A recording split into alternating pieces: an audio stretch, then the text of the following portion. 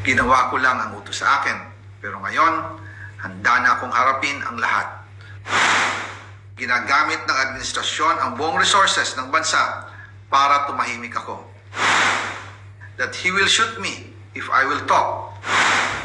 Gagamitin ako bilang panakipbutas sa kanilang kampanya laban sa korupsyon.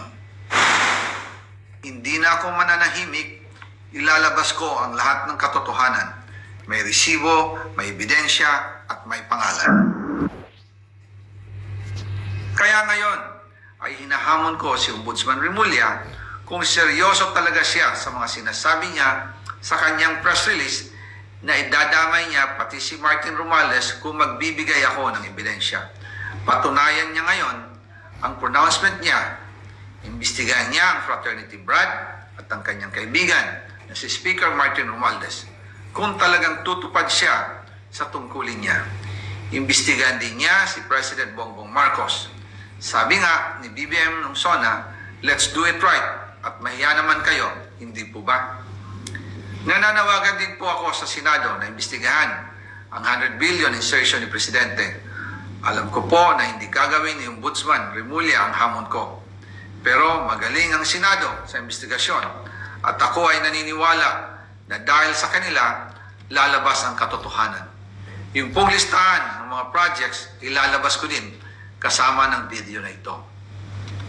Dahil dito, mas lalong darami ang ipafile na kaso sa akin. Ginagamit ng administrasyon ang buong resources ng bansa para tumahimik ako, para masira ang aking kredibilidad. Darami din ang banta sa buhay ko at ng aking pamilya. March 2025 pa lang, si Speaker ay nagpaparinig na sa akin sa aming meeting that he will shoot me if I will talk. At pagkatapos niyang sabihin sa akin in a phone call na don't come home, we will take care of you, tumawag ulit si Speaker Martin at sinabihan niya ako na pag umuwi ako will be dangerous. Kasi they might hire someone to do a rub out on me or hire the police to kill me while in jail. Una pa lang ito sa mga gusto kong ibunyag. Marami pa akong dadalhin sa liwanag. Isa na dito ay yung kay Henry Alcantara, ang DPWH boys, ang sinasabi nilang halaga sa ICI ay 21 billion. Hindi po totoo yan. Ang totoong numero ay 56 billion pesos at yung pong halaga na yan ay kay Pangulong Bongbong Marcos at Martin Romualdez na punta lahat. Ilalabas ko po ang buong detalye sa darating na mga araw. Kaunting pasensya pa po. Sana po ay hindi nila ako mapatay bago ko mailabas ang lahat.